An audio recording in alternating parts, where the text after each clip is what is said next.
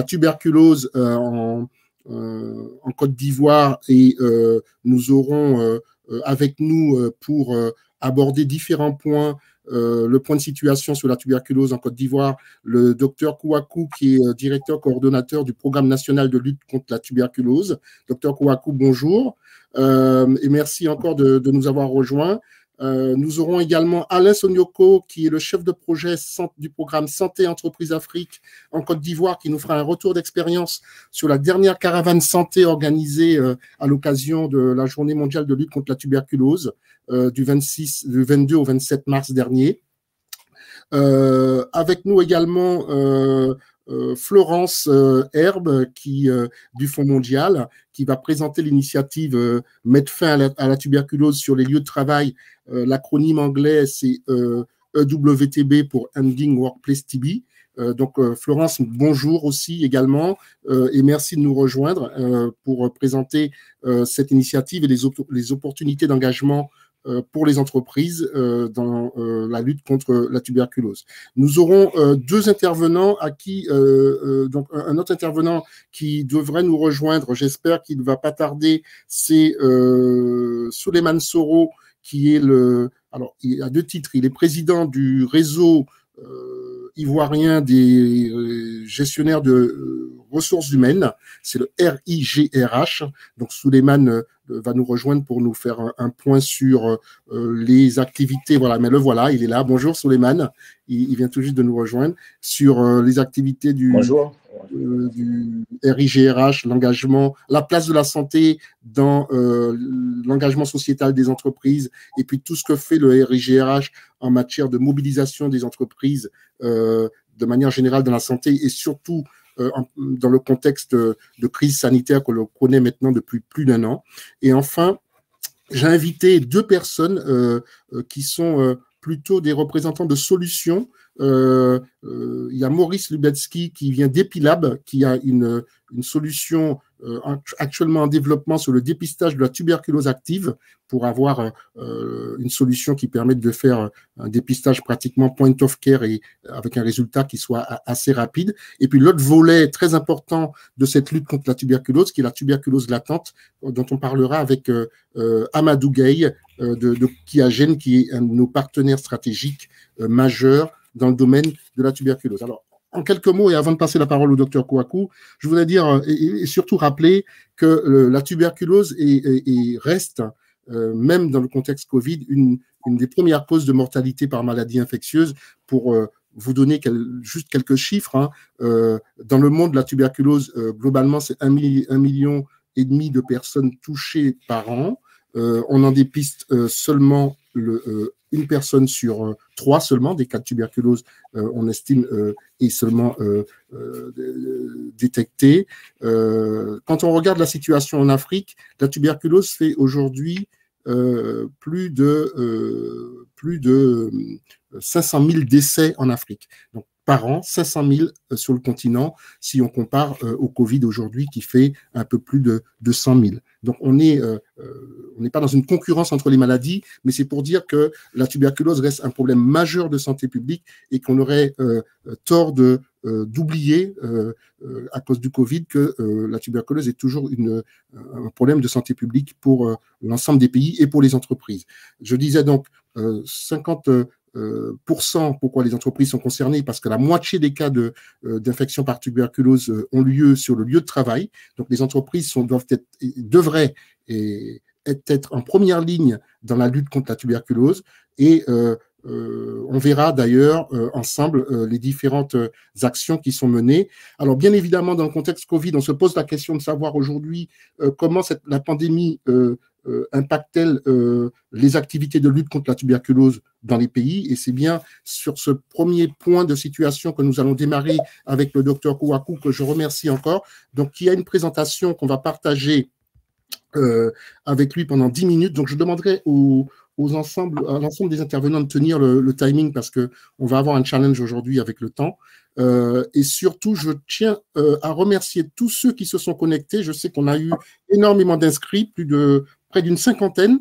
Vous dire à tous ceux qui seront connectés, parce que tout le monde ne pourra pas forcément se connecter parmi les inscrits, que vous pouvez intervenir et poser des questions dans le chat, comme d'habitude. On prendra un petit peu de temps pour y répondre à la fin des présentations. Et puis, rappeler que tous ceux qui sont inscrits, mais qui ne pourront malheureusement pas nous rejoindre, auront quand même accès au replay qui sera disponible dans les minutes qui suivront la fin de notre webinaire. Donc, nous allons rentrer tout de suite dans le vif du sujet avec Dr Kouakou, qui est le directeur coordonnateur du programme national de lutte contre la tuberculose, que je remercie encore de nous avoir rejoints. Je sais son temps précieux voilà, donc je suis en tout cas ravi de l'avoir avec nous ce matin et virtuellement en tout cas autour de la table, de l'avoir avec nous en attendant de vous voir, j'espère assez vite en présentiel à Abidjan, parce que là actuellement je suis à Paris. Voilà, docteur Kouakou, je vous passe la parole. Si vous souhaitez, je vous passe les slides, hein. Mais vous pouvez le faire directement de votre ordinateur avec les flèches là. D'accord, je voudrais saluer tout le monde. Bonjour Eric et Bonjour. tout le monde, tous les participants de ce webinaire. C'est avec plaisir que nous avons accepté de participer à cette rencontre. Je pense que nous allons aller vite compte tenu du temps qui m'est imparti, 10 minutes. Donc, on va passer le plan de présentation qui m'a été proposé, c'est ceci, donc la TB en Côte d'Ivoire, l'impact de la COVID, les directives de prise en charge de la tuberculose latente et un petit mot de conclusion. Diapo. Voilà, la tuberculose en Côte d'Ivoire, Eric l'a dit, la tuberculose en Afrique demeure un problème de santé publique. Spécifiquement en Côte d'Ivoire, c'est 137 cas pour 100 000 habitants. Nous avons décentralisé la lutte à travers 358 centres de prise en charge et dépisté 19 976 cas en 2020. Parmi ces cas, les entreprises privées ont pu notifier 108 cas et les cliniques privées 104 cas. Diapo. Les maisons d'arrêt et de correction, il y en a 34 en Côte d'Ivoire, ont pu notifier 162 cas de tuberculose, donc il y a beaucoup de cas de TB dans les prisons. La tuberculose multirésistance est également recherchée à travers les plateformes GeneXpert que nous disposons dans toutes les grandes régions. Donc 401 cas ont été notifiés en 2020 et le taux de co-infection tuberculose VIH était de 15% en 2020. Diapo. Et donc, vous voyez sur ce diagramme que depuis 2000 jusqu'à 2020, la tuberculose a évolué en dents de scie. D'abord, il y a eu une augmentation des cas notifiés jusqu'en 2013, ensuite une diminution progressive jusqu'en 2016 et une stagnation avec légère augmentation en 2019, mais de 2019 à 2020, on a connu une chute de 7%, 8%, et nous pensons que cette chute était véritablement liée à la COVID, parce que au regard de la stagnation et des objectifs de l'élimination de la maladie, nous avons mis en place beaucoup de stratégies pour renforcer le dépistage. Malheureusement, en 2020, nous avons connu une petite difficulté, surtout au deuxième trimestre. Diapo, vous verrez. Au deuxième trimestre, donc, il y a quelqu'un qui a pris, oui, Amadou, merci. Ouais.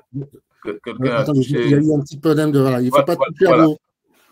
Voilà, donc nous sommes revenus et ce n'est qu'au deuxième trimestre, vous voyez la courbe en vert. C'est au deuxième trimestre que, après le premier cas de Covid détecté en Côte d'Ivoire en mars 2020, il y a eu des mesures drastiques énoncées par le gouvernement. Les gens ne fréquentaient plus les centres de santé, tout le monde avait peur.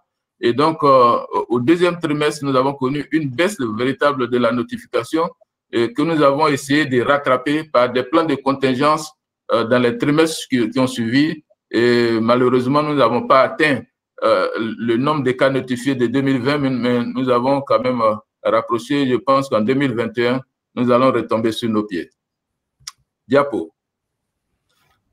En ce qui concerne la tuberculose latente, c'est une intervention à laquelle l'OMS s'attache beaucoup, la communauté internationale, dans le cadre de l'élimination de la tuberculose. Donc, le programme a élaboré des directives de dépistage de la tuberculose latente et sa prise en charge. Cette directive, j'avoue que vous êtes cette rencontre constitue la première occasion pour montrer ces directives, puisque ces directives ne seront validées que la semaine prochaine. Le programme les a élaborées depuis décembre, mais la validation nationale n'a pas encore eu lieu et elle se fera donc la semaine prochaine. Mais l'essentiel, je pense que ne changera pas fondamentalement. Et donc, on peut vous partager.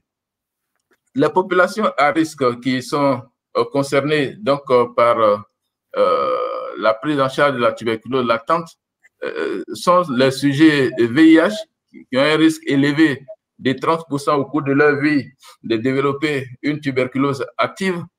Ce sont aussi les enfants de moins de 5 ans dont l'immunité encore faible en contact domicilié avec les TB contagieuses peuvent facilement développer des formes graves de tuberculose. Donc, ces enfants de moins de 5 ans sont concernés également par le diagnostic et la prise en charge des cas de TB latente. Les sujets contacts TB bacillifères également seront pris en compte dans notre stratégie avec spécifiquement sur des populations qui ont un traitement immunosuppresseur, sur les cas de malnutrition, les malades atteints de silicose et de diabète. Tous ces patients en contact de tuberculose contagieuse seront pris en compte, que ce soit des jeunes adultes ou bien des adultes, mais s'ils sont en contact avec des sujets atteints de tuberculose contagieuse, une recherche de l'infection sera faite, et si les patients ne sont pas en train de développer une tuberculose, ils seront mis sous protection, surtout si ce sont des personnes fragilisées, notamment par des traitements immunosuppresseurs, par la malnutrition, par la silicose ou le diabète. Le diagnostic de l'infection sera basé sur les 2 tests homologués actuellement par l'OMS et qui sont recommandés au pays, notamment le test cutané à la tuberculine, qui est un test in vitro, et le test de production de l'interféron gamma, voilà, qui est un test in vivo. Diapo. Selon les directives nationales en Côte d'Ivoire, le test cutané à la tuberculine demeure le test le plus utilisé pour le diagnostic de l'infection tuberculeuse latente. Il est donc accessible dans tous les centres de référence de tuberculose avec des ressources humaines qui sont déjà capables de réaliser le test. Il sera donc réservé comme test de base pour la décentralisation du traitement préventif de la tuberculose. Cependant, le test concernant les tests IGRA, le quantiferon TB, pourra être réalisé dans le cas des demandes spécifiques. Diapo. Quels sont les protocoles thérapeutiques utilisés? La capacité du traitement préventif à réduire l'évolution d'une infection tuberculeuse vers la tuberculose maladie varie de 60 à 90%, et la protection qui assure peut durer de nombreuses années. Et c'est ce qui fonde véritablement l'intérêt de cette stratégie. Et donc, le traitement sera soit un traitement en monothérapie ou en bithérapie. La monothérapie va porter sur l'isoniazide de 6 à 9 mois, ou la rifampicine à 4 mois, qui sont recommandés pour le traitement de l'infection tuberculeuse latente chez les adultes et les enfants. La bithérapie pourra être également utilisée soit rifampicine isoniazide pendant 3 mois, soit un traitement associant rifapentine et isoniazide une fois par semaine pendant 3 mois, ou une fois par jour pendant 1 mois. Cette alternative peut être également proposée pour les adultes et les enfants dans les pays où l'incidence de la tuberculose est élevée. Diapo. Spécifiquement en Côte d'Ivoire, nous disons qu'au regard du faible coût de la tolérance facilitant une prescription à large échelle, l'isoniazide reste la molécule appropriée pour le traitement préventif de la tuberculose. En dehors de toute contre-indication d'hépatite ou de neuropathie, elle sera prescrite en monothérapie ou associée à la vitamine B6 à raison de 10 mg kg pendant 6 mois. Toutefois, d'autres molécules pourront être utilisées, notamment la combinaison isoniazide-rifapentine, à raison d'une prise hebdomadaire pendant 3 mois. Voici un peu le protocole recommandé. En guise de conclusion, nous disons que la tuberculose reste un problème de santé publique en Côte d'Ivoire et la notification des cas stabilisés ces dernières années a connu une chute de 8% en 2020 du fait de la pandémie à COVID-19 et que le traitement de l'infection tuberculeuse latente apparaît une intervention majeure pour l'élimination de la tuberculose en évitant les réactivations endogènes. La collaboration avec le secteur privé permet d'étendre les sites de dépistage afin de rattraper les cas manquants, source de persistance de la maladie. Je vous remercie. Merci, Dr Kouakou, pour vraiment avoir, premièrement, tenu le temps. Donc, le challenge du timing est réussi. La présentation, vraiment, de mon point de vue, excellente parce qu'elle adresse absolument toutes les questions qu'on pouvait avoir justement sur l'impact de la pandémie. Vous l'avez dit, hein, on voit bien qu'il y a une petite, une baisse des cas, de la notification des cas qui peut-être pas pour l'ensemble, pour la totalité, mais qui peut être expliquée par la pandémie de Covid, qui explique que les gens n'aient pas pu accéder au centre de dépistage, au centre de traitement. J'ai noté également que les directives nationales pour le dépistage et le traitement de la tuberculose latente seraient validées dans quelques jours. Donc, merci de nous en avoir, en tout cas, réservé l'annonce et la primeur de l'annonce. Et ça correspond bien à toutes les discussions qu'on avait eues. D'ailleurs, je me souviens, il y a un peu plus d'1 an, lors d'un atelier organisé avec le programme à Abidjan en janvier dernier avec la participation de Kiagen. Et enfin, j'avais une dernière question parce que ça n'a pas été forcément mentionné sur votre présentation. Aujourd'hui, les traitements antituberculeux sont gratuits en Côte d'Ivoire? Totalement gratuit. En fait, pour la tuberculose en Côte d'Ivoire, toute intervention est gratuite. De la consultation à la réalisation des bilans jusqu'à la prise en charge, totalement gratuit. Très bien. Mais écoutez, merci déjà pour ce premier partage. On aura des questions qui vont être prises dans le chat par la suite. On va passer, donc Dr Kouakou, merci. On va passer tout de suite à la présentation d'Alain Sonioko pour le programme SEA. Donc Alain, que certains d'entre vous en tout cas, vous connaissez déjà, parce que Alain est chef de projet du programme SEA basé à Abidjan.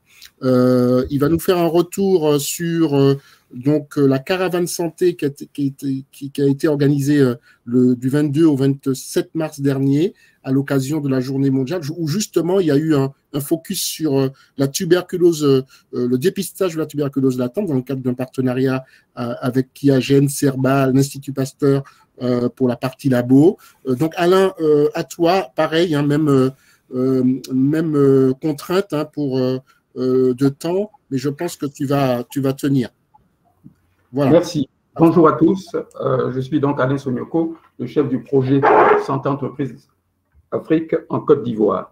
Alors, comme Eric l'annonçait, nous avons organisé une caravane santé du 24 au 28 mars dernier sur la ville d'Abidjan avec 4 entreprises.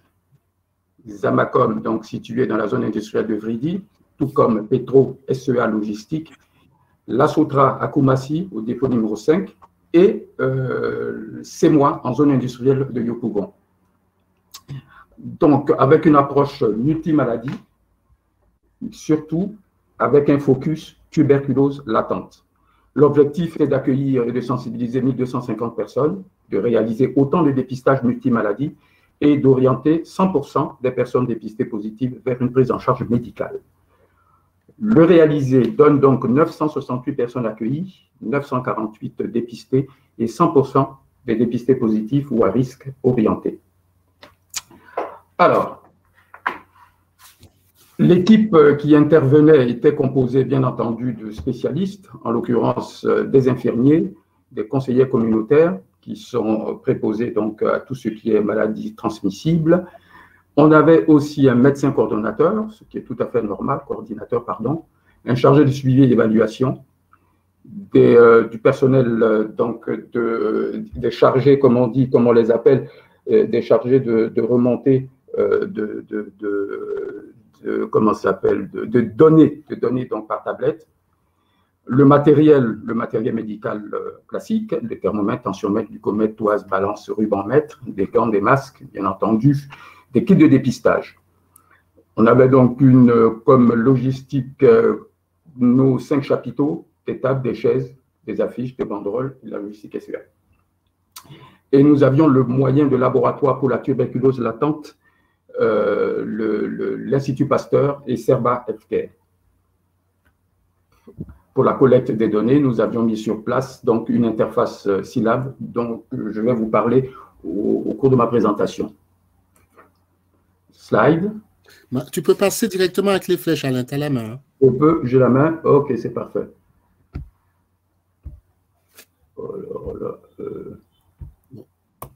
Voilà. Non. Le parcours.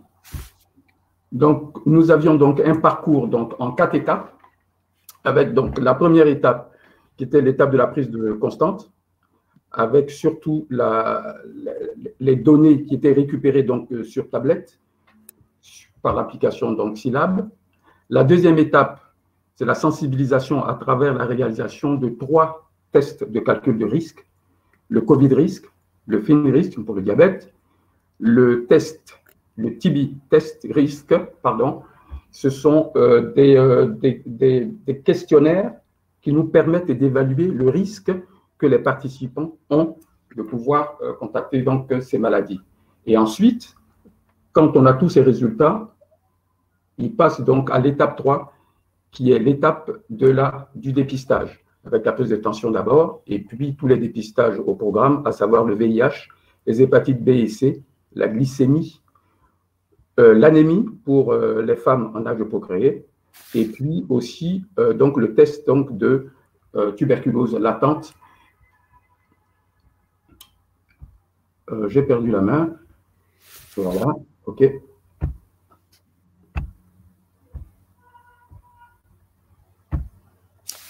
Voilà, le profil des participants. Nous avons eu, comme je vous disais, 968 donc, participants, avec 24% de femmes et le reste donc en hommes. La répartition des personnes sensibilisées et dépistées par le test et par sexe, un tableau qui montre que la majeure partie, la quasi-totalité des personnes reçues ont pu donc réaliser tous les tests donc, et surtout aussi répondre aux tests de calcul de risque, qui est très très important parce qu'ils les informent et parce qu'ils nous permettent donc de sélectionner des populations à même de faire par exemple un diabète ou une tuberculose latente, comme on l'a vu. Je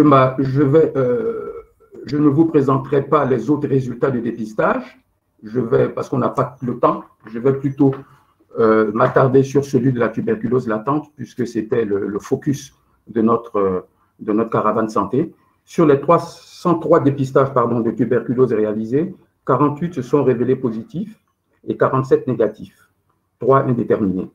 Alors, j'explique que les populations éligibles à ce dépistage venaient donc à partir des questions-tests, à partir des réponses aux questions-tests qui étaient posées lors de la phase de sensibilisation au cours de la deuxième étape.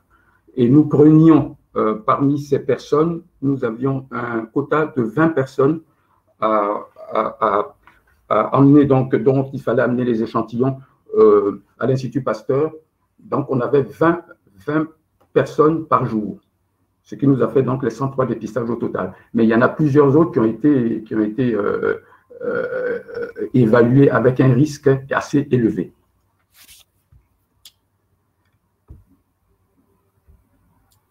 Ensuite, donc, le récapitulatif de la caravane, on a eu, comme vous voyez, 968 visiteurs, de sensibiliser 963, de dépister 948 et d'orienter 230. Donc, sur les 968 personnes accueillies, voilà le récapitulatif de notre caravane. Et vous avez le bonjour de toute l'équipe qui a participé donc à ces 5 journées donc, de dépistage sur les 4 sites à Abidjan, la tuberculose latente. Voilà, Eric, j'attendrai donc les questions. Bien, ben merci Alain. Le timing est respecté. On peut féliciter vraiment toute l'équipe autour du chef de projet pour cette première, pour ce pilote, parce qu'on peut dire que c'est la première fois que nous organisions une caravane santé avec, dans le cadre du programme SEA, avec le focus tuberculose latente. Et à ma connaissance, je ne voudrais pas être présomptueux, mais je pense que c'est une première du genre en Afrique, ce type d'opération interentreprise sur la tuberculose latente qui demanderait à être maintenant évaluée, documentée et évidemment dupliquée en Côte d'Ivoire et dans d'autres pays sur le continent. Donc Alain, ce qui serait bien, c'est qu'on puisse consacrer peut-être un peu de temps après. J'avais une question peut-être que tu n'as pas abordée dans ta présentation, c'est comment s'est fait ensuite la remise du résultat aux personnes qui ont bénéficié du dépistage de la tuberculose latente, puisqu'on a bien vu que c'était sur critères à partir d'un questionnaire d'évaluation des risques. Ces personnes étaient donc triées à partir des facteurs de risque, d'ailleurs, qu'a rappelé le Dr Kouakou avant toi. Mais ensuite, comment ont été associées les équipes médicales pour que le résultat soit remis aux personnes qui avaient passé le test de la TB latente? Merci. Alors, bien entendu, c'était des tests anonymes, mais nous relevions les numéros des téléphones après avoir été autorisés par les concernés. Donc, avec des numéros de code, les résultats nous donnaient donc, en face des numéros de code, les numéros de téléphone et le positif ou le négatif, que nous transmettons aussitôt, que nous avons transmis aussitôt donc aux médecins donc d'entreprise. Après cela, il y a eu une colle donc avec Monsieur Amadou de Kiagène et le docteur de l'Institut Pasteur pour expliquer un peu le protocole donc aux différents médecins d'entreprise que nous avons eus et aussi avec le PNLT. Donc la boucle était bouclée parce que les résultats étaient tout de suite remis au médecin d'entreprise qui, lui, avec les numéros de téléphone, donc se chargeait d'appeler les concernés, ce qu'ils ont fait d'ailleurs, et ensuite ils avaient donc toute la procédure et puis notamment l'aide à côté, l'assistante pardon du programme national de lutte contre la tuberculose. Très bien, merci Alain. On va s'arrêter là en tout cas et cette présentation pourra évidemment être partagée. J'imagine que ça a déjà été fait avec le programme, mais il faudra le faire bien entendu avec l'ensemble des parties prenantes et capitaliser tout ça parce qu'on a vraiment, je pense là, un très beau modèle de ce qui peut être fait en matière de lutte contre la tuberculose latente. Alors, nous allons passer, parce que malheureusement, je n'arrive toujours pas à connecter Souleymane Soro. On va, en attendant qu'il se connecte, on va réessayer, hein, mais en attendant, on va enchaîner avec Florence. Donc, Florence Herbe, que je veux encore une fois remercier pour tout le travail de mobilisation qu'elle fait actuellement. Sur le programme, sur l'initiative Ending Workplace TB. Donc, Florence, la présentation est chargée. On peut démarrer. Parfait, merci beaucoup. Je vous laisse passer vos slides. Vous avez la main normalement. Parfait, ça devrait jouer, donc je vous ferai signe si ça ne marche pas. Donc, merci beaucoup pour l'invitation et j'étais très heureuse de voir ces deux dernières présentations qui étaient très instructives.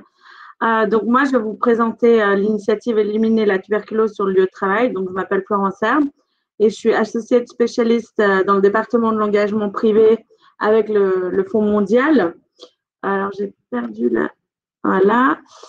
Et donc, je suis notamment en charge de l'initiative. Et juste pour petit rappel, le département d'engagement avec le secteur privé au niveau du Fonds mondial, il vise vraiment à développer des partenariats qu'on appelle innovants et de qualité, donc qui visent aussi un engagement programmatique fort au niveau des entreprises et des industries technologiques, notamment sur le renforcement des systèmes de santé, au niveau de l'industrie logistique, sur l'optimisation des chaînes d'approvisionnement et au niveau de l'industrie financière, au niveau des mécanismes de financement innovants. Donc, le Fonds mondial créé en 2002, donc c'est un partenariat entre les autorités publiques, la société civile, le secteur privé et surtout les personnes touchées par les 3 maladies, VIH, TB et paludisme. Et donc, le Fonds mondial, il collecte et il investit à peu près 4 milliards de dollars par an à l'appui des programmes de lutte contre les 3 maladies. Et depuis 2002, le Fonds mondial, il a permis de sauver à peu près 38 millions de vies, dont seulement 6 millions pour 2019, donc ce qui est assez conséquent. Et donc, voilà, pour vous présenter un peu l'état des lieux et de la riposte du Fonds mondial face à la tuberculose, j'aimerais juste rappeler que la tuberculose, donc c'est la première cause de décès par maladie infectieuse et elle tue à peu près 1,5 million de personnes par année, ce qui fait à peu près 4000 par jour, c'est énorme. Et en 2019, on a eu 10 millions de personnes qui ont été infectées par la tuberculose, dont 50% sur le lieu de travail, ce qui justifie notamment cette initiative et toutes les activités qu'on met en place. Donc, j'aimerais juste rappeler aussi, et merci au docteur Kwaku d'avoir présenté aussi l'impact du Covid sur la lutte contre la tuberculose. La pandémie, elle a un réel impact où, en fait, on a une réduction des budgets et des allocations pour la tuberculose. C'est un risque réel puisqu'on a 80% des financements de lutte contre la tuberculose qui sont domestiques. Et on a à peu près 65% des partenaires du Fonds mondial qui nous ont indiqué qu'ils ont une réduction des capacités au niveau de la lutte de la tuberculose puisqu'elle est réallouée à la lutte contre le Covid. Donc, on a eu par exemple du personnel médical et des centres de santé qui étaient notamment engagés dans la lutte contre la TB qui ont été réaffectés exclusivement à la Covid-19. On voit aussi des hôpitaux qui sont dédiés aux cas de tuberculose multirésistants qui ont totalement été réalloués de nouveau à la Covid-19. Et donc, c'est l'occasion de rappeler que toutes ces interruptions de traitement dans la TB, elles contribuent réellement de manière directe au développement de la multirésistance à la TB. Donc, c'est vraiment important de ne pas stopper ces engagements. Et donc, c'est aussi l'occasion de vous signaler que l'analyse et les prédictions de ces conséquences au changement, elles ont un impact réel puisque on est en train de revenir de 5 à 8 ans en arrière en termes de prévalence et de mortalité. Donc, on avait par exemple, on arrive à un niveau de 2 millions de décès par an au lieu de 1,5 planifié. Donc, ça fait 500 000 morts supplémentaires qui auraient pu être évitées en 2020. Donc aussi, pour rappel, on a 30% des personnes qui manquent à l'appel chaque année. Donc, c'est des personnes qui sont non diagnostiquées, non traitées et non signalées et qui risquent d'infecter d'autres personnes. Donc, ça représente à peu près 3 millions de cas de TB chaque année qui passent inaperçus et qui contribuent à la transmission de la maladie. Donc, pour répondre à tout ça, le Fonds mondial il a investi à peu près 7 milliards de dollars depuis 2002, et ce qui représente à peu près 73% du financement international. Il est à noter qu'en Côte d'Ivoire, l'incidence totale est de 35 000 personnes pour 2019, ce qui représente 137 personnes pour 100 000 habitants. Ouais, voilà. Et donc, le Fonds mondial, il a investi à peu près 17 millions d'euros pour la période de 2021 à 2023 pour la réponse contre la TB. Et on est en collaboration avec tous nos partenaires. Je ne vais pas vous faire la liste, mais ils sont affichés là. Donc, on travaille étroitement avec la société civile locale, le ministère de la Santé et d'autres organisations internationales. Donc, et ce soutien, il s'articule autour du traitement et l'achat de médicaments de seconde ligne, le renforcement et l'extension des réseaux national de diagnostic, notamment à travers GeneXpert, le dépistage et le suivi communautaire des patients, la prévention de la tuberculose chez les personnes vivant avec le VIH et aussi le développement d'applications mobiles pour le suivi des personnes, des patients. Et on a aussi des activités de prévention, de plaidoyer et de formation auprès du secteur privé pour la réduction des stigmatisations et des discriminations autour des 3 maladies. Donc voilà, pour en revenir à l'initiative, donc c'est une initiative qui a pour objectif de développer un réseau mondial d'entreprises engagées à créer un lieu de travail résilient et sain, exempt de tuberculose et d'autres maladies respiratoires mortelles. Donc c'est une initiative qui a été lancée à Davos en 2020 lors de la réunion annuelle du Forum économique mondial, en collaboration justement avec le Forum économique mondial, Stop TB, Johnson & Johnson et le Fonds mondial. Et donc, c'est une coalition d'entreprises et d'agences techniques engagées dans la lutte contre la tuberculose sur le lieu de travail. Elle vise à mieux engager les entreprises à jouer un rôle déterminant en aidant leurs employés à améliorer la prévention, le diagnostic et les soins autour de la tuberculose. Donc, pourquoi la tuberculose elle est importante pour les entreprises et l'économie? C'est surtout parce qu'elle a un impact économique majeur sur les individus, les communautés et les pays en matière de productivité. On estime à peu près à 1 milliard le perte de productivité causée par la tuberculose en 2015 et 2030, ce qui est énorme. Et donc, s'engager dans la lutte contre la tuberculose, elle permet de générer des gains de productivité et réduire les coûts, notamment en réduisant les personnes qui sont non diagnostiquées au sein de la main-d'œuvre de l'entreprise et en limitant la propagation de la maladie. Donc, la mise en place des programmes de santé sur le lieu de travail, elle permet à l'entreprise de se rendre plus résistante aux épidémies actuelles et futures, y compris avec la COVID-19. Et donc, ces initiatives, et cette initiative en particulier, elle vise à renforcer l'image d'employeurs responsables et surtout de redorer l'image auprès des clients parmi un public qui est de plus en plus sensibilisé autour de la question de la santé. Donc, en tant qu'entreprise, qu'est-ce que l'initiative elle peut vous apporter? Donc, nous, on travaille vraiment avec chaque membre de manière individuelle pour trouver des interventions qui fonctionnent au mieux en fonction du contexte de votre entreprise. Donc, c'est vraiment un réseau qui vise la mise en œuvre d'un programme de santé spécifique qui répond aux besoins du personnel et des partenaires de la chaîne d'approvisionnement. Elle permet de calculer le coût d'une épidémie, notamment de la TB, au sein des effectifs et d'élaborer des plans pour la réduction des risques. L'initiative, elle permet aussi de connecter les différentes entreprises entre elles et partager leurs expériences. Et elle donne la possibilité de participer à des actions conjointes avec une assez grande visibilité. Et notamment, notre prochaine action, ce sera lors du Forum économique mondial à Singapour en août de cette année. Ensuite, pourquoi les entreprises elles devraient nous rejoindre? C'est vraiment, tout d'abord, il y a un impératif moral qui vise à protéger les travailleurs, les familles et les communautés, et donc de sauver des vies. La santé, ce n'est pas vraiment une affaire individuelle, comme on le sait, c'est une responsabilité collective où chacun est responsable des autres.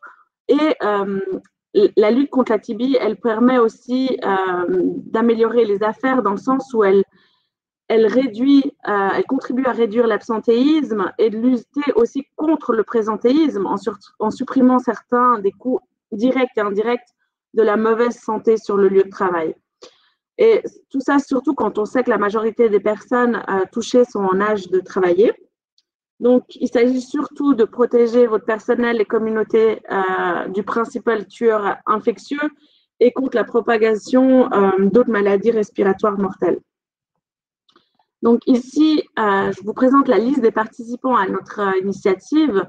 On a recruté une vingtaine d'entreprises privées, une dizaine de partenaires techniques, dont Santé en entreprise, qui nous a justement énormément aidé jusqu'ici pour le recrutement, notamment avec la Société Générale, Qiagen et Kribi. Et donc, il a noté aussi que Santé en entreprise, c'est un référent technique qui est de qualité, comme on l'a vu à travers la caravane santé, par exemple. Donc, voilà, je ne vous présente pas la liste, mais elle est ici pour votre information. Et concrètement, donc, qu'est-ce que les membres de l'initiative et surtout les entreprises privées s'engagent à faire? Donc, premièrement, ils s'engagent à nommer un point focal et donc un responsable interne référent pour échanger avec les autres entreprises et promouvoir les mesures prises en interne pour lutter contre la TB. Et pour nous, la cohérence des messages, c'est un élément clé avec un fort impact possible. Donc, les référents sont invités à se rencontrer trimestriellement pour servir de point de jonction entre l'initiative et les autres membres du réseau. Le deuxième aspect, c'est vraiment de déployer des moyens de communication adaptés à l'interne et à l'externe de l'entreprise afin de sensibiliser les employés, leur communauté, au moins une fois par année, et développer des mesures qui visent à créer un lieu de travail avec une culture qui encourage la santé et décourage la stigmatisation. Ensuite, on demande une analyse, une estimation des coûts de la tuberculose en collaboration avec les membres de l'initiative et préparer un plan d'action qui vise et qui peut être guidé à travers des guides de mise en œuvre qu'on a mis à disposition sur notre site web si vous êtes intéressé pour plus d'informations. Et on demande aussi de communiquer les informations relatives aux mesures qui ont été mises en place afin de contribuer aux bonnes pratiques et leçons apprises pour la lutte contre la TB sur le lieu de travail. Finalement, on vous demande aussi d'encourager vos partenaires, donc au niveau de votre chaîne d'approvisionnement, de vos fournisseurs, de vos clients, à adopter des politiques et procédures qui visent à enrayer la propagation de la TB. Donc voilà, c'est très simple. Si vous voulez vous joindre à nous au sein de cette initiative de ce réseau, on demande juste une signature au niveau du PDG ou d'un cadre supérieur de votre entreprise qui s'engage à rejoindre l'initiative et à mettre en place notamment les 4 premières étapes que je viens d'énumérer et ensuite de discuter plus de manière plus approfondie si vous désirez plus de soutien. Et donc voilà, on serait ravis de vous accueillir au sein de cette initiative et je suis disponible pour répondre aux questions. Et merci encore à Eric pour l'invitation à ce webinaire. Merci Florence. C'est vraiment pour tous ceux qui sont connectés, qui n'avaient pas encore entendu peut-être parler de cette initiative, je pense que c'est une très bonne opportunité aussi de le faire et puis rappeler effectivement que nous avons effectivement souhaité au niveau de Santé en entreprise nous y associer en tant que partenaire technique pour embarquer le plus possible d'entreprises dans les pays dans lesquels nous avons des actions, notamment à travers le programme Santé Entreprise Afrique. Moi, mon rêve, ce serait que l'ensemble des entreprises engagées dans les programmes, dans la santé, dans les pays, là on parle aujourd'hui de la Côte d'Ivoire, que le plus possible d'entreprises puissent rejoindre cette initiative, mais surtout, c'est un signal très important d'adhérer à ce type d'initiative, mais ce qui est important, ce sont les actions qui peuvent être mises en place, c'est-à-dire la concrétisation de ces engagements. Nous sommes attachés à une culture de résultats et d'action, Et je pense que cette initiative et les actions que Santé en entreprise peut mener avec des partenaires en Côte d'Ivoire et dans d'autres pays est vraiment une très bonne initiative qui va nous permettre les uns et les autres, en tout cas, d'optimiser, d'accélérer ce qu'on fait. On aura l'occasion d'avoir Kiagen, justement, qui interviendra tout à l'heure avec Amadou, qui donnera un exemple. Et rappeler aussi, Florence, que comme vous l'avez fait, c'est à la fois ce que l'entreprise peut faire sur le lieu de travail pour ses salariés et les familles et les ayants droit, mais aussi par rapport à la chaîne d'approvisionnement avec ses fournisseurs et même voir toutes les actions qui peuvent être faites en direction des communautés riveraines. Donc, merci, Florence. Il y aura certainement des questions qu'on va prendre dans le chat après. Je voudrais juste rappeler quand même, je n'ai pas, ou alors ça m'a échappé, dire qu'il n'y a pas de participation financière demandée aux entreprises pour adhérer à l'initiative Mettons fin à la tuberculose sur le lieu de travail. Donc, c'est vraiment là une question d'engagement, de volonté des décideurs dans l'entreprise d'adhérer. Hein. Donc là, comme j'ai envie de dire qu'il n'y a pas le frein, l'obstacle de la participation financière, je pense qu'on peut compter sur l'ensemble des entreprises qui sont là. Et je suis ravi, Florence, que Kribi Conteneur Terminal, qui est une filiale du groupe Bolloré au Cameroun, ait adhéré. Donc, c'est un bon mouvement. Il faudra qu'on l'accélère encore. Donc, on va passer, merci Florence, on va passer à, alors je suis désolé pour lui, mais Souleymane Soro, on n'arrive pas à le connecter. Donc, ce qu'on va faire, c'est qu'on va passer tout de suite à Kiagen avec Amadou. Amadou, donc, Gay, qui va parler de solutions. Donc, c'est important qu'aussi on ait un temps dans nos webinaires pour parler d'innovation et de solutions. Et avec Amadou, nous allons voir justement les solutions à la fois disponibles aujourd'hui et ce qui est dans le pipe pour qu'on puisse très rapidement avoir ces solutions disponibles dans les caravanes pour le dépistage, donc des solutions embarquées dans les caravanes pour faire le dépistage de la tuberculose latente. Amadou, à toi, et merci encore de nous avoir rejoints ce matin. Oui, merci Eric, merci à toi et bonjour à tous les intervenants qui sont passés avant moi. Merci pour cette opportunité, effectivement, de parler de la tuberculose latente et de toutes les initiatives qui sont faites sur ce sujet en Côte d'Ivoire. Comme l'a rappelé le docteur Jacquemin du programme, la TB latente fait partie aussi des volets importants de la lutte contre la tuberculose. Alors, moi, je suis Amadou Gueye, je travaille chez Kiagen, je m'occupe du développement commercial des tests quantiférons, notamment le quantiféron TB, sur l'Afrique subsaharienne. Donc, Kiagen est une société de diagnostic. On fabrique et on distribue des solutions de diagnostic sur différentes maladies, autant infectieuses que métaboliques. Et on a une gamme, la gamme quantiféron TB, qui permet de dépister l'infection tuberculeuse latente, donc savoir si quelqu'un a été infecté. Et ça a été mentionné par le docteur Kouakou dans son intervention aussi, c'est l'une des solutions recommandées et des seules qui sont autorisées par l'OMS dans les programmes publics. Donc le quantiféron en fait partie avec les tests de tuberculine, donc intradermoréaction. Je vais être très bref, hein. Je crois que je peux bouger les slides si je ne me trompe pas.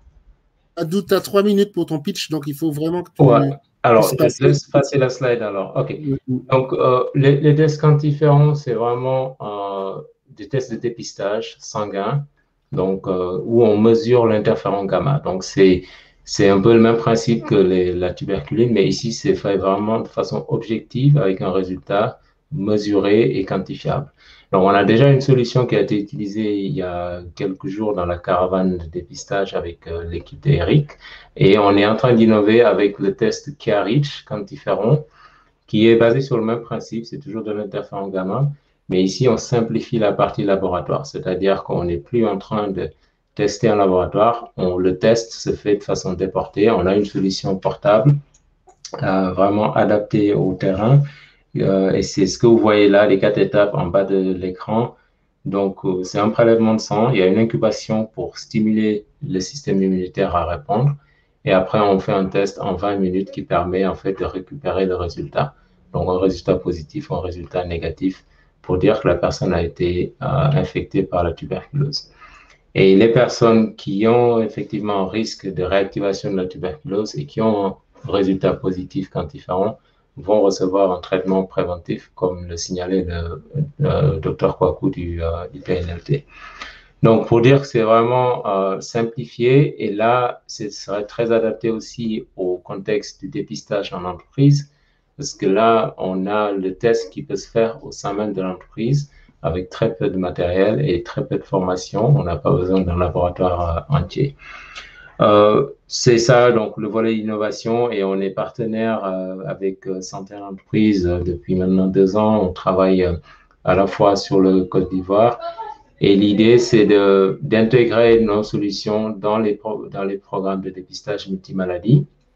Eric, je te laisse peut-être commenter ces slides ou avec l'engagement du Fonds mondial peut-être. Oui, alors ce que je peux ajouter à cette présentation, c'est qu'aujourd'hui, effectivement, sur le modèle du co-investissement avec le Fonds mondial, ce qui est proposé, c'est de voir dans quelle mesure on peut promouvoir le dépistage de la tuberculose latente à travers notamment les opérations comme les caravanes santé, en ayant une contribution des entreprises qui soit de 50% et un cofinancement du Fonds mondial à travers, justement, dans le cadre des programmes financés par le Fonds mondial dans les pays pour les 50% restants. Ce qui fait qu'aujourd'hui, on estime le coût global d'un dépistage de la tuberculose à peu près à 20 €, mais on ne dépiste pas tout le monde, encore une fois, pour la tuberculose latente, on dépiste sur critères, et ce qui fait que ça coûterait 10 €. Aujourd'hui, on estime à 10 € le coût à charge, le reste à charge pour l'entreprise, pour dépister entre 10 et 15% de ses effectifs. Donc voilà le modèle sur lequel nous travaillons actuellement en Côte d'Ivoire, et on espère assez vite dans d'autres pays. Voilà, et ça, c'est le chronogramme qu'on a fait ensemble. Effectivement, on a lancé la phase pilote de dépistage de l'ITL avec les solutions de Chiagen. Donc, ça, on a fait aussi en 2020 des ateliers de préparation avec tous les partenaires, avec des entreprises qui étaient engagées. On a eu un peu de délai avec le Covid, mais on s'est rattrapé cette année avec la semaine de lutte contre la tuberculose. Et aussi l'adhésion à cette initiative Ending Workplace TB qui est très importante. Et vraiment, comme l'a dit Florence et tous les intervenants, on engage vraiment toutes les entreprises à rejoindre cette initiative parce que la tuberculose se passe aussi sur le lieu de travail et c'est très, très important que les entreprises s'engagent à protéger leurs salariés, à augmenter leur productivité aussi, à vraiment en finir avec la tuberculose. Chiagen est disponible, on a notre expertise technique et médicale, on est vraiment partant pour informer la communauté locale, les médecins d'entreprise, et c'est ce qu'on fait bien. Donc, bon, Eric est en train de passer quelques diapos, mais tout cela, vous les aurez aussi à disposition si vous le souhaitez. Très bien, merci Amadou. Donc, on a la présentation qui a été faite de la nouvelle solution portative qui s'appelle Kiarich. Donc, on peut le dire sur ce séminaire, on peut l'annoncer, on sera les premiers à l'avoir pour Caravane Santé. Donc, Amadou, j'aimerais que ce soit toi qui le dise parce que je ne voudrais pas te… Voilà, donc là, on est vraiment, voilà, encore une information dont vous aurez la primeur. Donc, on est en prêt pour le lancer au mois de juin. Donc, cette plateforme Kiarich qui sera disponible avec aussi pour les programmes publics et les associations et les organismes comme Eric, donc à but non lucratif avec un prix préférentiel parce que voilà, c'est aussi l'engagement de Chiagen à apporter ces solutions dans les programmes et surtout dans les pays où il y a vraiment besoin d'accélérer le dépistage. Très bien. Très bien, Amadou. Voilà, merci. Est-ce que tu peux juste nous dire l'avantage, en tout cas, si tu pouvais résumer en 2-3 mots les avantages de cette nouvelle solution portative, qu'est-ce que ça emmène comme valeur ajoutée et comme par rapport à l'existant? Alors, l'avantage, c'est l'accessibilité. On va avoir un test qui est accessible en dehors des laboratoires, c'est-à-dire qu'on peut faire un test vraiment dans les zones reculées où il n'y a pas d'infrastructure, où on ne peut pas trouver un laboratoire opérationnel, et aussi dans les sites déportés comme une entreprise. Donc là, une infirmière du travail ou un médecin du travail peut réaliser le test lui-même. Il n'y a pas besoin d'une grosse expertise. Et l'autre avantage, c'est aussi la fiabilité des résultats. Quand on se compare à des tests comme la tuberculine, où il faut faire revenir le patient 2 ou 3 jours après, ici, non, tout se fait rapidement. En moins de 24 heures, on a les résultats et sans avoir besoin de rappeler le patient avec le risque qu'on sait que certains patients ne reviennent pas pour faire la lecture de l'IDR. Très intéressant pour nous, en tout cas, dans notre approche, cette solution qu'on peut dire point of care, en fait. Oui. Parce qu'on n'a pas besoin de passer par la logistique de labo qui s'avère quand même, qui peut être assez lourde dans certains contextes. Et je pense que si on veut décentraliser et accélérer la stratégie de dépistage de la tuberculose latente, c'est une solution qui est très intéressante. Merci Amadou. Alors, en Afrique, on dit pas la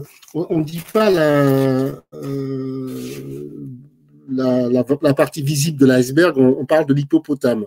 Et si je devais faire on va dire, on a un hippopotame, ce qu'on voit qui sort de l'eau, c'est la tuberculose active, la tuberculose maladie. Il faut s'attaquer, bien sûr, à cette tuberculose active.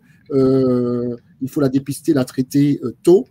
Mais la partie non visible, le corps de l'hippopotame qui est dans l'eau, c'est la tuberculose latente. Et il faut se rappeler que c'est deux choses. C'est que toute tuberculose maladie commence toujours par une tuberculose latente et qu'on n'arrivera pas, comme ça a été dit, à éliminer la tuberculose si on ne s'attaque pas à la tuberculose latente. Donc ça, c'est très intéressant. On a vu les solutions et on sera ravis, en tout cas, de déployer cette nouvelle solution dans le cadre de nos caravanes. Amadou, on n'attend plus que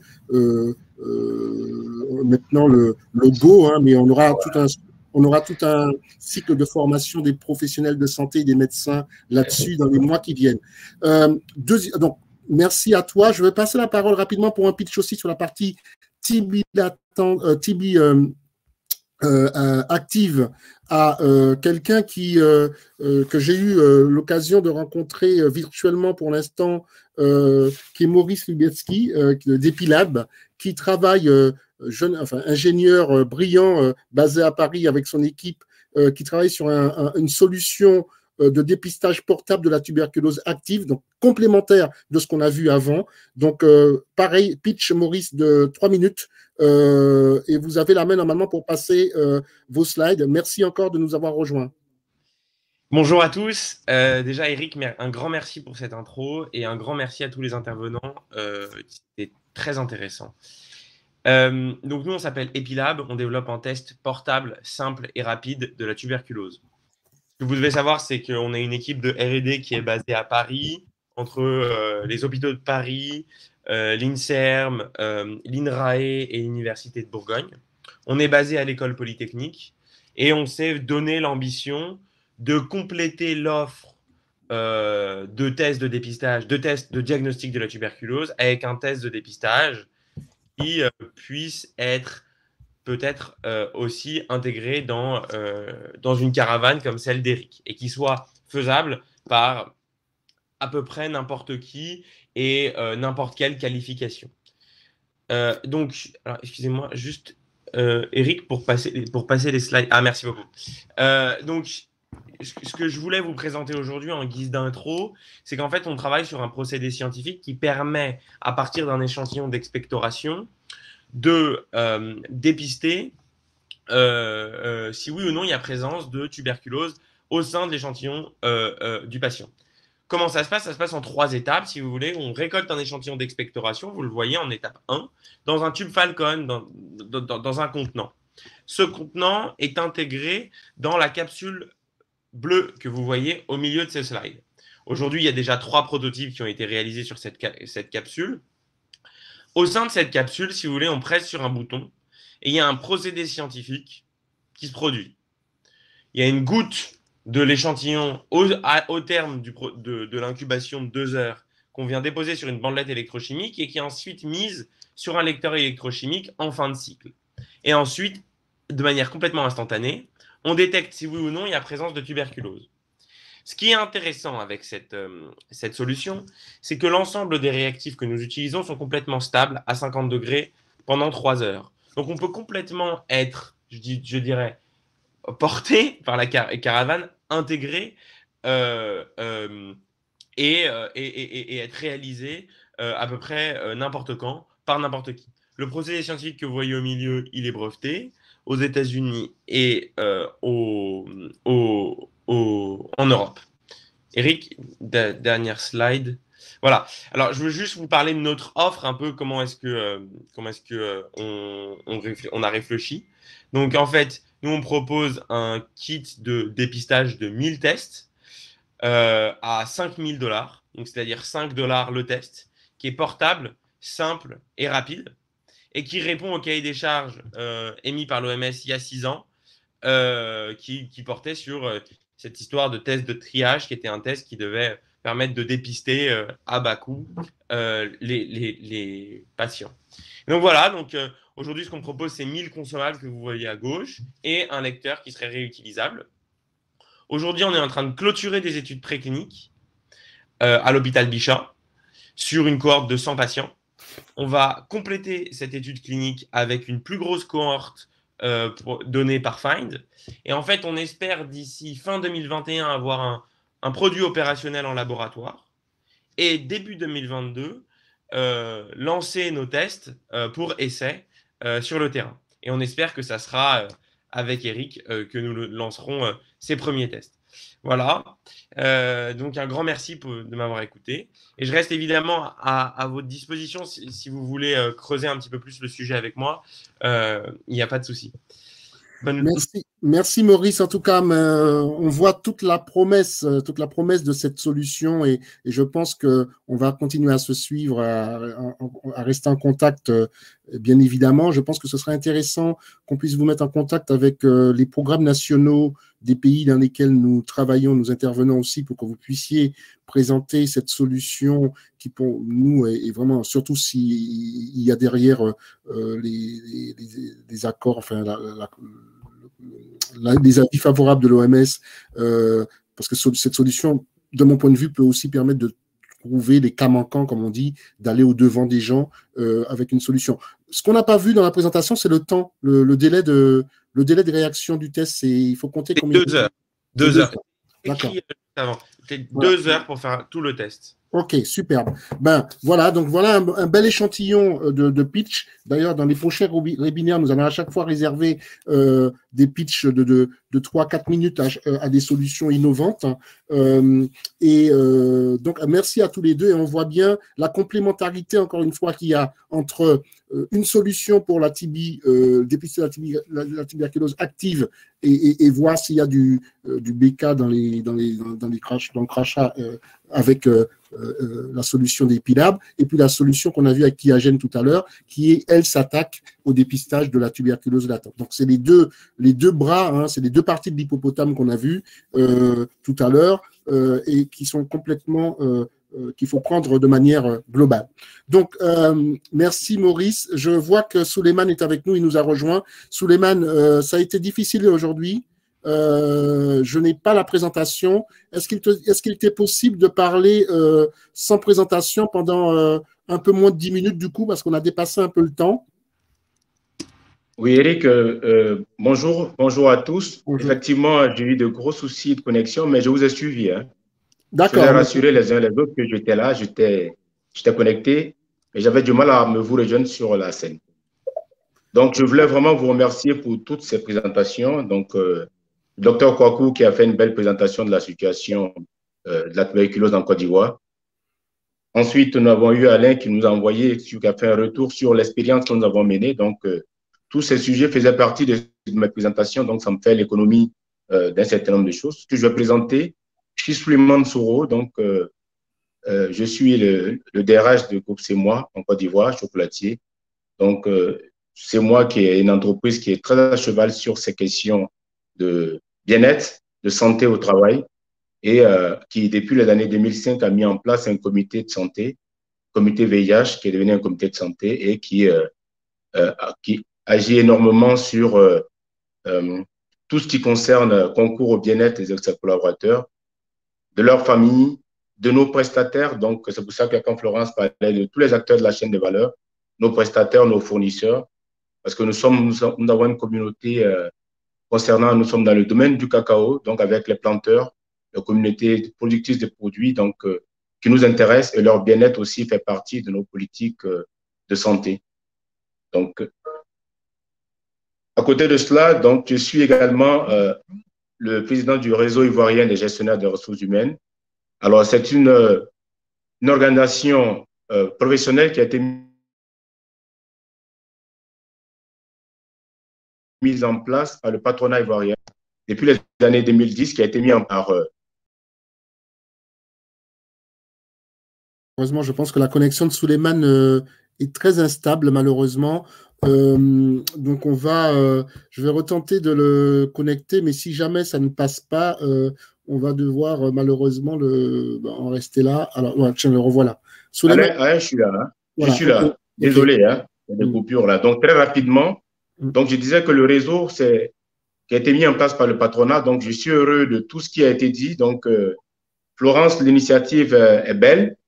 Elle fait partie de la politique de certaines entreprises, mais je pense que le mettre dans un cadre plus formel comme celui-là, et je suis tenté de dire que je souhaiterais même qu'on puisse faire une présentation au réseau en tant que tel, à l'ensemble des DRH de la Côte d'Ivoire, parce qu'une initiative comme celle-là qui va impacter la santé des collaborateurs, qui va impacter tout ce qui concourt à la création de la valeur en entreprise et même des fournisseurs.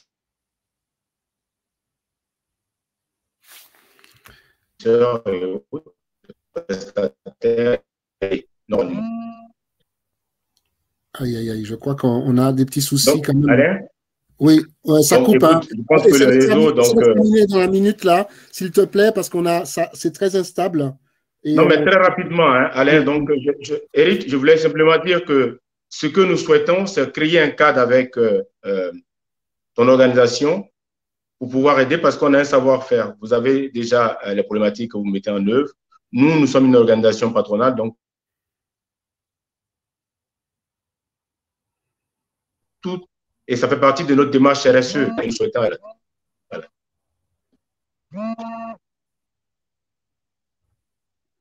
Ouais, ça coupe. Bon, je crois qu'on a saisi l'essentiel. Non, ça va. Voilà, on a saisi l'essentiel. Voilà. Ça coupe. Donc, effectivement, on entend, en tout cas, cet appel. Bien sûr, on est avec Alain qui est sur le terrain complètement déjà dans cette démarche avec, en réalité, avec le RIGRH depuis maintenant un certain temps. Souleymane Soro, c'est quelqu'un qui est très engagé au-delà de son entreprise. On l'a vu sur les questions d'engagement sociétal des entreprises et des questions de gestion des ressources humaines. Donc, on a maintenant effectivement un cadre de collaboration qui est qui me semble très intéressant aujourd'hui, où avec le programme SEA en Côte d'Ivoire et le RIGRH, on peut faire énormément pour mobiliser plus d'entreprises. En tout cas, Souleymane, si tu as une présentation, on pourra la partager avec l'ensemble des personnes. Malheureusement, le temps tourne. Il nous reste, on a déjà un petit peu dépassé. Non, moi, Alain, Eric, si tu permets, c'est de dire à Florence qu'on aura besoin d'elle pour une présentation aux membres du bureau, si elle est disponible, parce que je pense que l'initiative, nous y adhérons, et les modalités pour la mettre en place, nous pouvons nous aider évidemment. C'est ce que je tenais à dire. Absolument. Voilà. Et bien entendu, avec le concours, puisqu'il existe un cadre de collaboration maintenant entre le réseau et l'organisation que tu as l'honneur de diriger. Très bien, ben parfait. C'est complètement dans ce sens-là qu'on va travailler. Je pense qu'en webinaire spécifique avec l'ensemble des DRH du réseau RIGRH, avec Florence, représentant le Fonds mondial et quelqu'un de certaines entreprises, ce serait une prochaine étape très, très rapide à mettre en place. Donc, Florence, il faudra qu'on trouve une date à proposer à Souleymane, ou Souleymane, à toi de nous proposer une date. On le fera ensemble, on va y travailler ensemble. Voilà. Voir un petit peu la disponibilité, mais ça me semble être complètement, effectivement, dans cette espèce de prochaine étape et qu'on s'était fixé.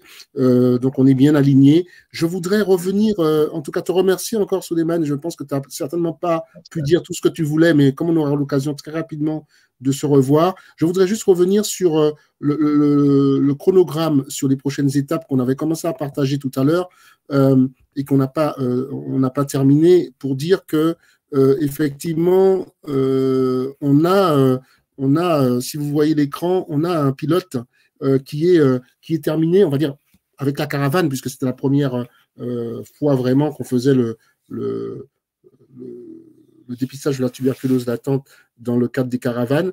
Cette année, on s'est fixé comme objectif, bien sûr, il y a tout ce qu'on pourra faire pour promouvoir l'initiative Ending Workplace TB en Côte d'Ivoire, en lien avec, évidemment, les caravanes santé, qui est un cadre opérationnel pour les entreprises de s'engager dans des actions aussi concrètes, puisqu'il y a quand même dans l'initiative Ending Workplace TB l'idée de rendre compte de ce qu'on fait. Hein. Il ne s'agit pas simplement de signer des chartes, il s'agit aussi de passer à l'action. Et donc, je pense que nous, on va continuer, en tout cas dans ce sens. Il y a un ensemble de formations de professionnels de santé, donc des sessions qui ont commencé avec la caravane dans le cadre donc de la journée mondiale de lutte contre la tuberculose qui va être poursuivie. On s'est rendu compte qu'il y avait un besoin très important des professionnels de santé, des infirmiers, des médecins sur les protocoles de dépistage de la tuberculose latente, l'interprétation des résultats et surtout comprendre comment traiter les personnes positives, dépistées positives. Donc, très important. Nous sommes à un stade là tout de suite où, on va dire depuis 2-3 semaines en réalité, où on a démarré les analyses de la phase pilote, des résultats, pour voir ce qui a bien fonctionné, les retours qu'on a eus des entreprises. Donc Alain a présenté quelques chiffres, hein, mais on s'est rendu compte que le dispositif qui fait appel au laboratoire demande quand même une petite organisation logistique qui peut être assez contraignante. Et donc, c'est bien d'avoir cette solution, mais nous travaillons bien sûr avec l'objectif d'intégrer la solution embarquée dans les caravanes, ce que Amadou a présenté tout à l'heure, que nous serons en mesure de déployer on va dire de manière réaliste à partir de septembre, parce qu'il faut quand même un temps de préparation. Entre-temps, on aura fait des formations, donc il y a une série de webinaires de formation, de sessions de formation qui sont mises en place avec des modules en partenariat avec Qiagen et le programme pour former les médecins d'entreprise au dépistage et au traitement de la tuberculose latente et former les infirmiers aussi à l'utilisation de ces solutions. Hein. Donc, voilà notre plan pour cette année. On est complètement aligné.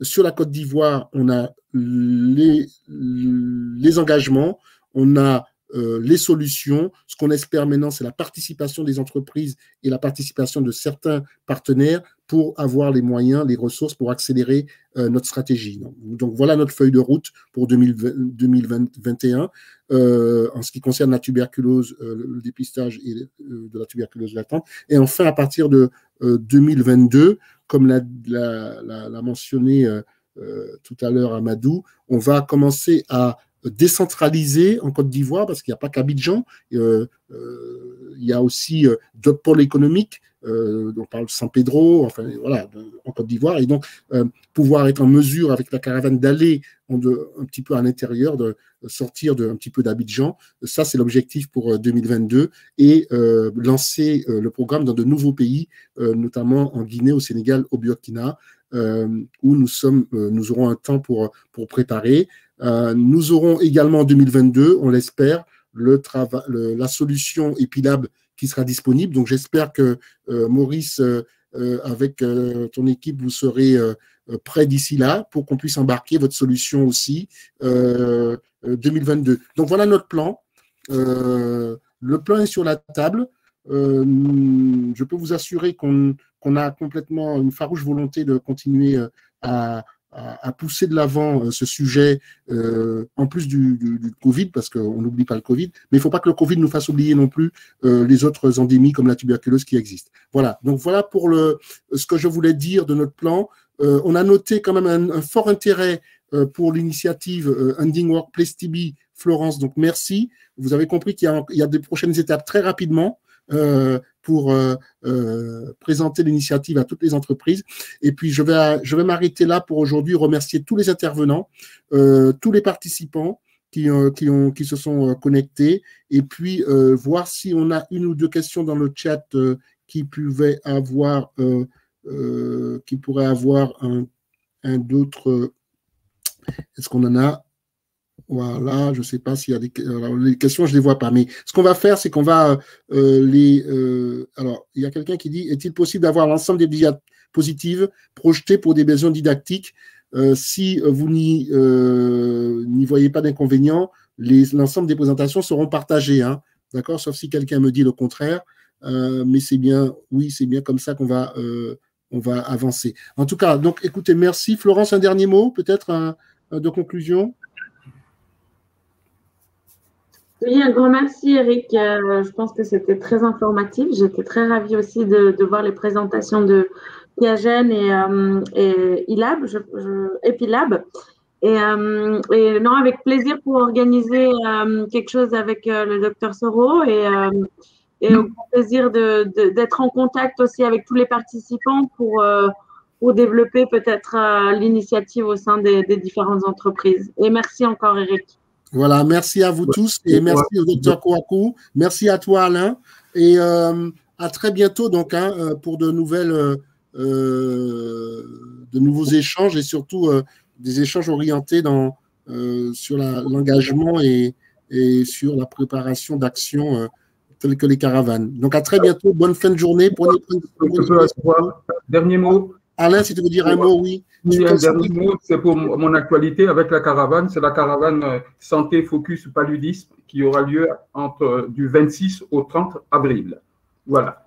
Voilà, donc effectivement, Alain, tu fais bien de rappeler, donc du 26 au 30 avril, donc dans un peu plus de 10 jours, il y a une nouvelle caravane santé qui démarre avec le focus sur le paludisme, haute maladie transmissible ou vectorielle, plutôt c'est là, que traite le Fonds mondial, mais qui fait partie des sujets qui impactent aussi les entreprises. Et comme nous sommes dans une approche santé entreprise Afrique et dans une approche multimaladie, c'est très bien de le rappeler. En tout cas, à toutes les entreprises qui sont connectées, je voudrais dire, et qui sont basées en Côte d'Ivoire, qu'il faut dès tout de suite, là, dès qu'on a raccroché, contacter Alain. Alain, si tu peux mettre ton adresse dans le chat pour que les gens te contactent pour la prochaine caravane. Parce qu'il reste très peu de jours. Hein. Voilà, merci à tous donc et très bonne journée. À très bientôt. Merci Eric. Merci. Au revoir. Au revoir. Merci Eric, au revoir. Allez, bye bye, à vous, à bientôt.